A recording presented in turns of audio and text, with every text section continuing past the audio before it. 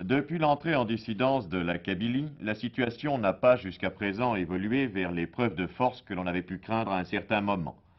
Le gouvernement algérien a réagi, certes, et Ben Bella dispose depuis hier des pleins pouvoirs, mais il ne semble pas fermer la porte à la négociation.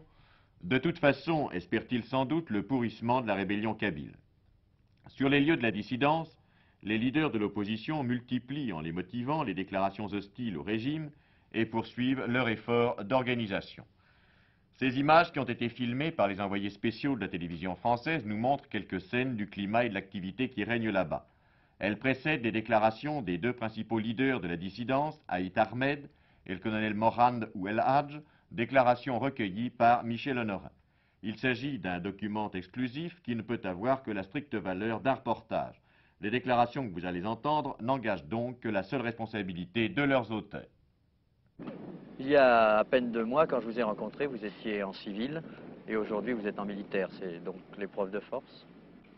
Aujourd'hui, que nous avons atteint un seuil à partir duquel, où c'est la fascisation, c'est-à-dire la mort, la misère morale pour notre peuple, la misère sociale qui doit nécessairement suivre cette misère morale, ou bien la résurrection de notre révolution. Le fait de vous trouver là, dans le maquis, en pleine Kabylie, veut-il dire qu'il n'y a plus de chance de dialogue et que l'on risque d'avoir la guérilla?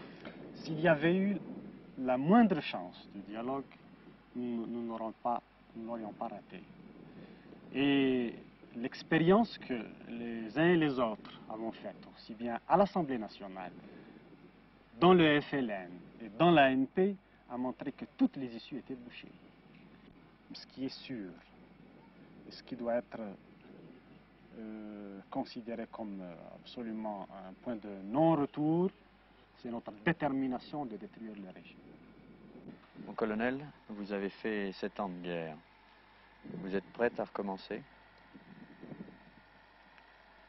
Oui, j'ai fait 8 ans de guerre contre le colonialisme. Si le gouvernement algérien décide à remplacer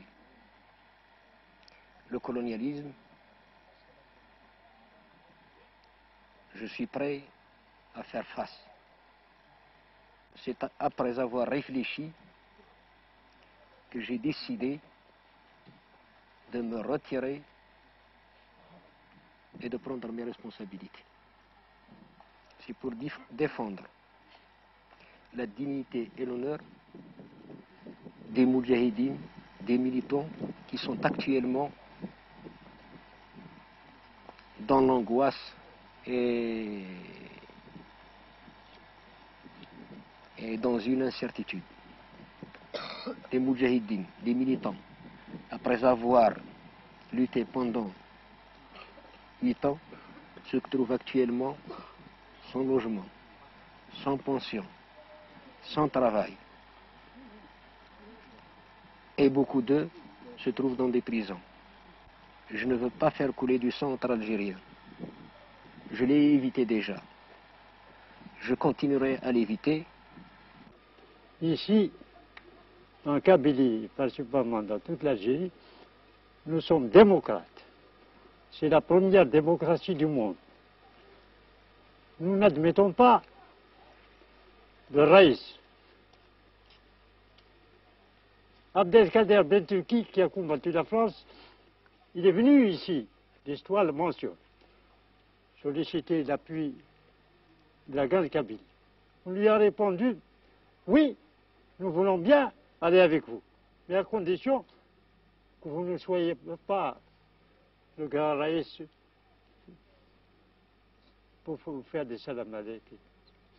Si vous voulez être démocrate comme nous sommes avec vous. Sinon, on ne marche pas.